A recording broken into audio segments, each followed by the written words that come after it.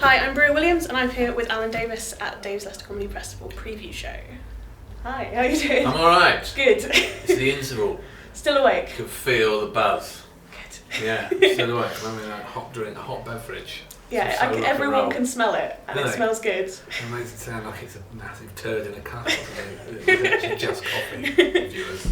Well, I was first introduced to you when my mother used to watch Jonathan Creek, so I was watching it a lot when I was... You were going to say that we'd been introduced in the past. And I'd missed, I'd forgotten. Possibly. Jonathan Creek. Your mother liked Jonathan Creek? My mother loved Jonathan How Creek. old that makes me feel. But I loved Jonathan Creek as well. I used to watch it all the time when I was younger, yeah. You're second generation Maybe. Creek fan. Maybe. I haven't watched it recently, I have to admit. Being at university means you don't have a TV, so... Really? Is that still the case? Don't you watch everything online? Yeah, but I'm not a big watcher online. I don't know, I'm not a big fan of it, but... Missing nothing. I do watch QI online though all the time. It's a really easy program to just put on and you know exactly what's going on. I really enjoy that. Thank you very much. What's your kind of favourite fact that you've learnt from QI? Any of it? Totally goes in one ear and out the other. No, I know you're a really big fan of the blue whale. Actually, bastards, you know.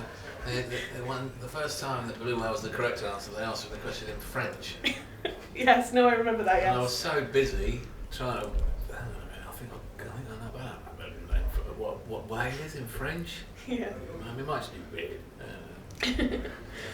And then the next time I asked it, and it was blue whale, and it was so obvious, it felt... No one wanted to say it, because it felt like a definite klaxon. Yeah.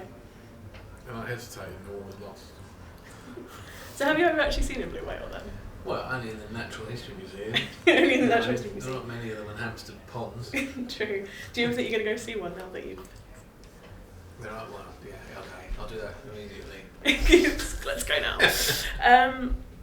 Now you're currently on tour. You're actually in Leicester in December last year. Yeah, I was. We're here in actually. this very room, the Montfort Yes. Hall. Yeah, I was doing my full tour show. I'm doing odd little bits of it in between. The Yes, acts I that noticed because you still have quite a few shows after the comedy Yeah, festival. I'm touring all through March, and then I'm touring again at the end of the year. Yeah.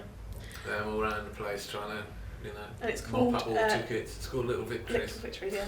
So I don't know if anyone is here tonight who came to see the show, but they'll be thinking, hang on a minute, that bit. But it's odd when you do it, normally when you're used to touring, to try and fragment it into tiny bits. Yeah. Is there like a reason behind the name, Little Victories? Little Victories. Well, I wanted to call it Sex is Pain. I did a show called Life is Pain, and then and that was the previous stand-up show I toured.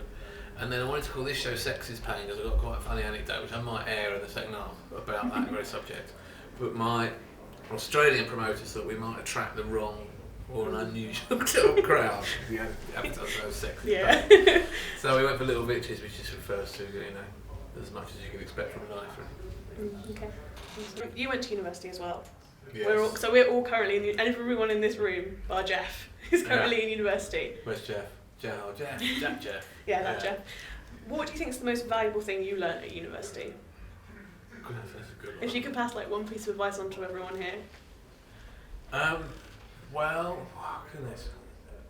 Don't waste your time, because you will often think later in life, oh, I wish I was a student. You will. You'll think, and you'll regret not reading it, learning it, doing it. You will regret it. If you just piss about and do no work, don't waste it. But also, do lots of other stuff in between the course.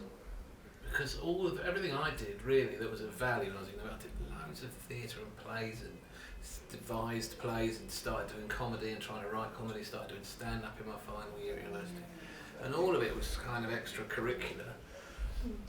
But I think now, how busy we all were all the time.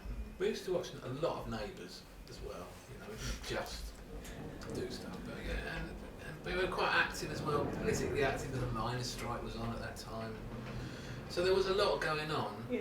I mean, I really didn't like my course. I didn't like any of the teachers, and I didn't know what I was doing, and that was a real shame. And I had a regret at the end of it that I hadn't changed course or done a different course. But actually, as it turned out, the final year of it was really worthwhile. So in some ways, it ended well. Ended well. But yeah, it's a good opportunity. It really is a good opportunity to you can read and all the time. Yes. You go, when you're a parent and you try and read a book and you fall asleep after 2 pages. You can read all day legitimately. You're allowed to. Yeah. It's a luxury. And one of the other things I saw you in was Angus Thongs and Perfect Snogging. Right, now you're really showing your age now. Yeah, I was a big fan of these books. I actually went to the casting call for the lead 4 girls. Did you? Yeah. I think I have a theory as to why I didn't get in though. Really? I had an accident with some hair dye and went very ginger the day before I went to the audition. That'll be it. And there are no gingers in the lead cast, so I'm convinced that it's a ginger thing. That'll be exactly right. But do you think you'd do any more films in the future? Is that something you'd love to do? I asked to do films. I think I only got asked to do that film because I'm good friends with Louise Renison, who wrote all the books. Yeah. And we met at the Edinburgh Festival in '92, and we were both being promoted by the same half-wit. And she's fantastic, you know. She used to do some brilliant one-woman shows, and she's lived an amazing life. And she came upon writing children's books quite late in the day, which was lucky because she'd be sleeping under a bridge by now if you ever thought of that. Yeah, it seems like such a long time ago, but I do remember reading them all. They're somewhere in my room she's somewhere. Hilarious, Louise. So many. So it was really fun actually being in that. Yeah, I remember a big group of kind of my friends at school. We were all reading it at the same time. So when the audition came around, we were all down in London, like, let's see what it's like. But yeah, it's a shame about the accent with the hair dye. Now, obviously, it's just been announced that Stephen is planning on getting married, and I've heard. Apparently, so you don't think you're going to be asked to be best man then? Well, I don't know. Who'll be the best man? I heard Bill Bailey was your best man. Bill Bailey was my best man. Which must have been an amazing best man speech. Right, he did a very funny speech. Yeah, he did one joke. We got married in a big country house, like a really big old country house, and it was good because it was January, so we did it all under one roof. No one had to leave, so it was quite nice. And so he gets up and he goes, "Welcome to whatever hall." Which was built as the European base for Puff Daddy's 1996 tour, which is a really hilarious joke. I think he was on Buzzcocks at the time and he was full of that sort of joke.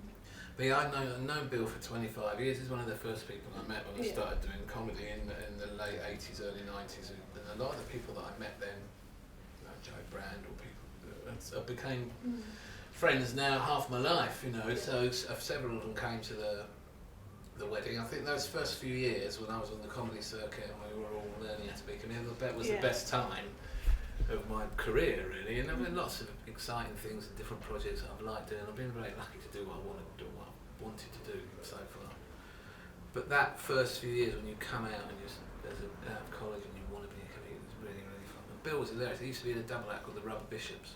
Yes. And they were hilarious. They only had to get 3 encores at the comedy. So hopefully an invite at least to Stephen's wedding. I don't know about Stephen's wedding. I heard about everyone else on the interweb. Yes. I have met the bride-to-be, if that's what you say.